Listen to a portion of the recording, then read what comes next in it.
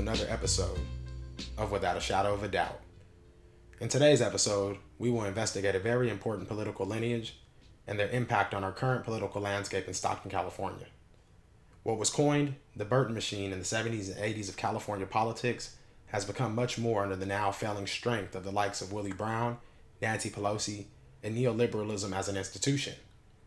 As we take a look back, listen to the confidence of downtown Willie Brown as he describes the power players and his own role in erecting the current political landscape through organizing minority voting groups toward causes of their own choosing. This landscape of politics has long existed. However, two wings prove to support the bird the same.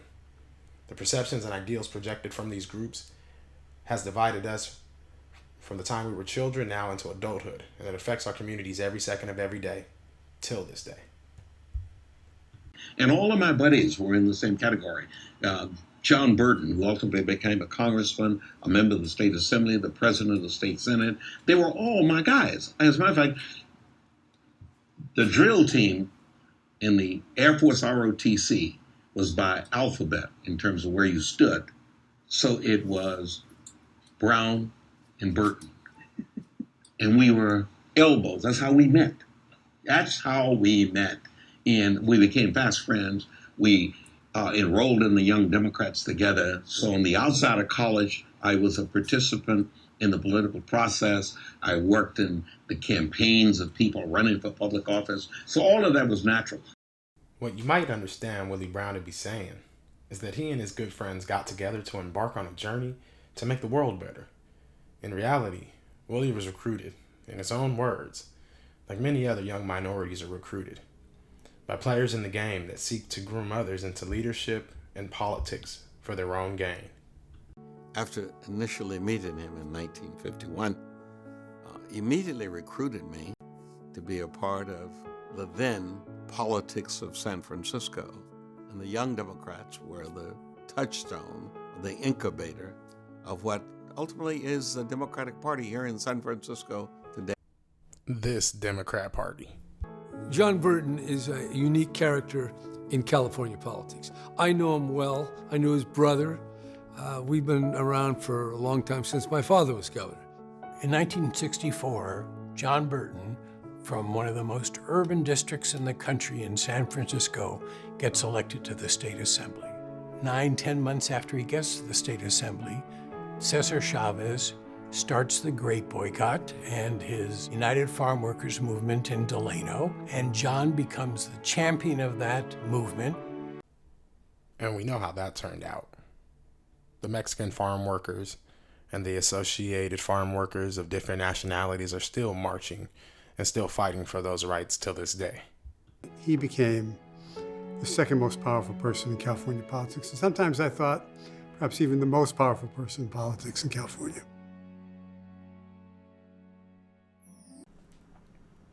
Little did they know that this would be the foundation for the unholy matrimony of nepotism that became Willie Brown and Nancy Pelosi and their reign at the top of the Democratic Party of California. You're the longest serving speaker in the history of the California Assembly, a major power broker in California politics from across the country. I would assume that there are other people whose career you also influenced over the years.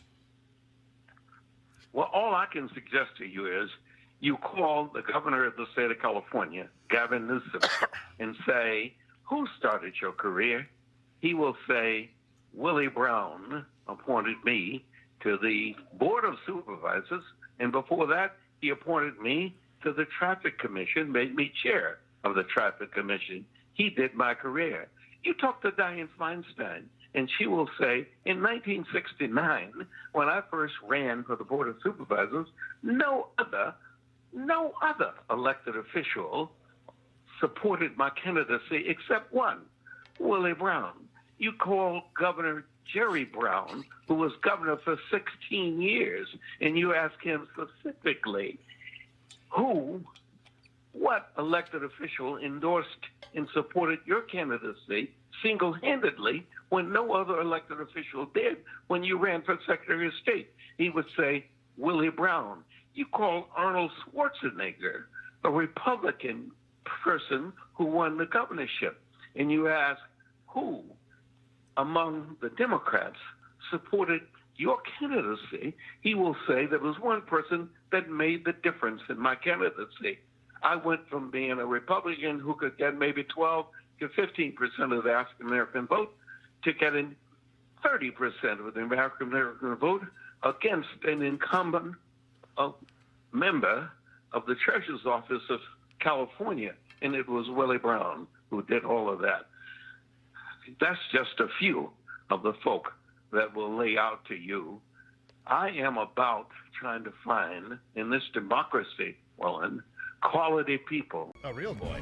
Why on earth would you want to be real? When you can be famous. Famous? Yes, famous! I'm speaking of the theater. Bright lights, music, applause, fame! As with most things, fame seemed to show its ugly self as Willie Brown and Nancy Pelosi gained more power. The power to make kings and queens, but also to alter the political landscape almost at will. Willie Brown took the center stage and became the Ayatollah of the Assembly, and his influence still shakes politics today. This convention should hear from grassroots, poor Democrats, 90% of whom have visited us. Give me back my delegation. And I had any idea that it was going to have that impact in history, I would have been much better dressed.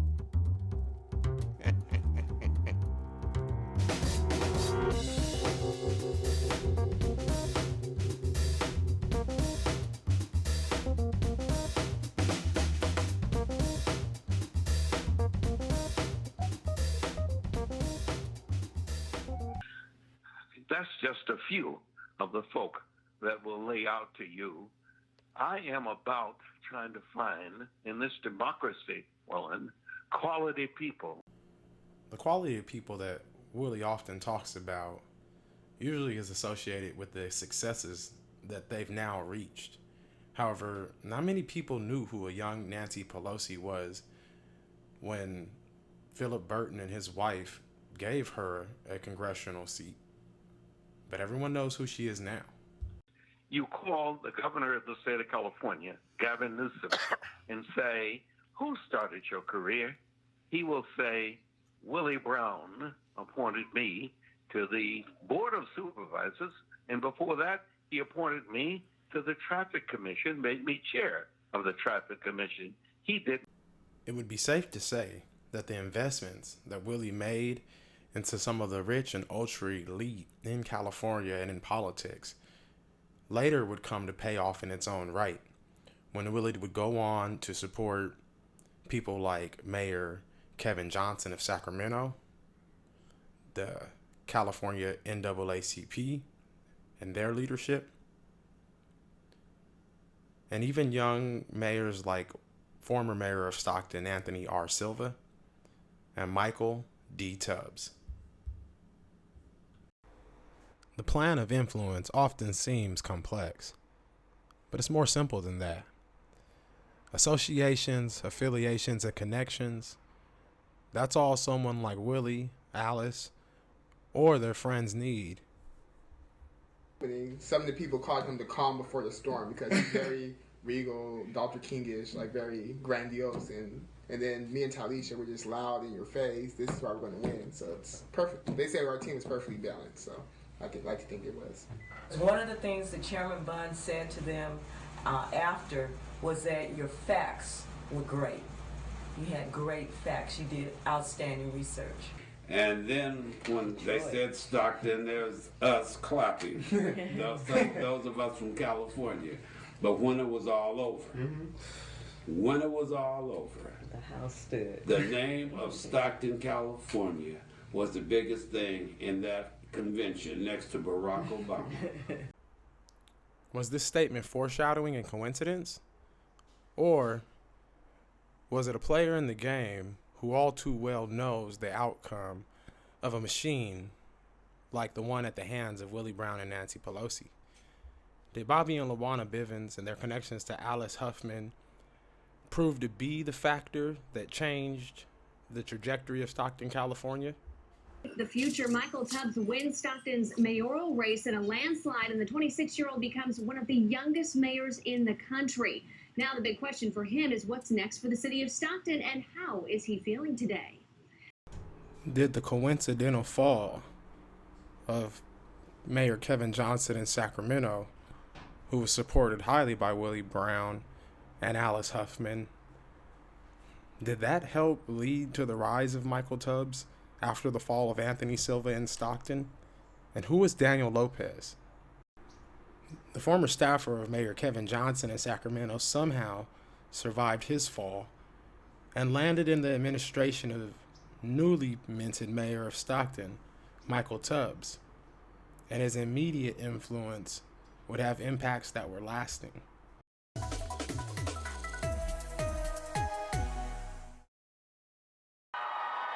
Michael Tubbs says the people in Stockton have spoken. He won the election with a 40% point victory. He is now the first black mayor in Stockton, and the 26-year-old Stanford grad is also the youngest person to hold the office. We've had a huge coalition of community support, and the vote title approves it. So it's incredibly humbling. It's a huge honor, and I'm really excited. Tubbs was born and raised in the city. He was raised by a single mother, went to school at Stanford, and interned at the White House. It was during that time in 2010 his cousin was murdered. Tubbs says he wanted to come back to Stockton to help the city to reinvent Stockton. Tubbs has served on the city council the past 3.5 years. He has worked in South Stockton and says it's time for the entire city to move forward. Hello, Record viewers. My name is Daniel Lopez, and Stockton is my hometown. I'm really excited to be working with Mayor Tubbs. Mayor Tubbs and I go back a ways, about maybe 2 years or so. We've always kept in touch during that time, and I've been watching what's happening in Stockton. I think Stockton, we have a great opportunity. I've had an extensive career working in politics. Most recently, I worked for Senator Richard Pan out of Sacramento. He represents Sacramento. I was his chief of staff. It was a great position, and I really enjoyed the job, but my heartstrings were pulling on Stockton. I really wanted to come out here and make a difference, and sometimes the stars align just right, and I feel really excited to be out here helping Mayor Tubbs. I'll be handling all his media communications and working with the community, and I'm excited to be here. And during Michael Tubbs' time as mayor, we didn't see much of the reinvention that we had hoped for. What we saw was more of a reinvention of the same Burton machine and Willie Brown politics that had been prevalent in California politics at higher levels, but never at our level until now. The tag Rainbow Mafia originated when leaders of the LGBT community, including half of the former city council, Burgess Medina, Tubbs, and Zapian, spent many a night partying at gay nightclubs, drag fundraisers, and more. Loose lips sink ships.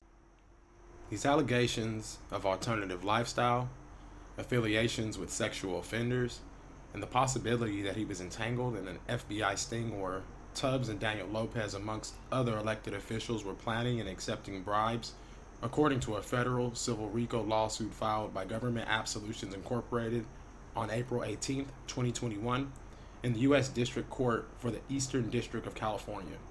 The presiding judge over the open case is Kendall J. Newman, and the nature of the lawsuit is an allegation of racketeering and corrupt organization. Ultimately, Michael Tubbs lost his re-election campaign and moved to Los Angeles. So boom, story over, right? Wrong. In the aftermath of the void that was left, the community never really got an opportunity to have closure. There are still lingering questions about the Tubbs regime everywhere, and for some that is good, and for others bad. Many of the Tubbs supporters have begun waging a response against those who rose against what they saw to be a corrupt regime. Meanwhile, media and the whole world watches Stockton and calls us fools for not accepting the godsend that was Michael Tubbs and his vision, the chosen one. In the next few episodes, we will begin to explore an idea that led to the creation of this miniseries. The idea is that no matter who wins or gets into office, the quote-unquote higher-ups somehow find a way to buy people, intimidate them, and or seduce their way back into the offices of power, and they come from all sides. We will begin an investigation into two mayors of Stockton, Anthony Silva and Michael Tubbs, with the hopes of discovering the truth. In politics, are the two wings indeed connected to the same bird? How deep is that connection? Is it so deep that political enemies play out fights in public, then shake hands after the performance? And is there a bigger shark lurking in the waters with connections to John Burton, Willie Brown, Michael Tubbs, Anthony Silva, and Stockton?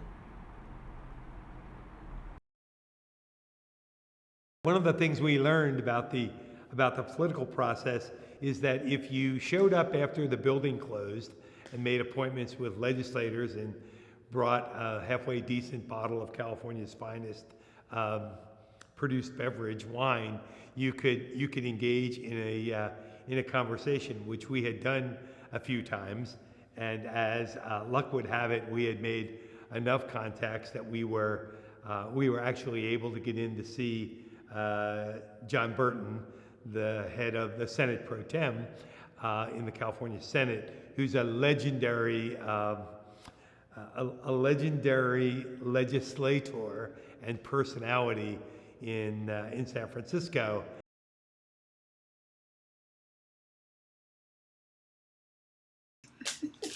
I had all kinds of scams. We were sheepish to go in there. We obviously did bring a bottle of wine with us.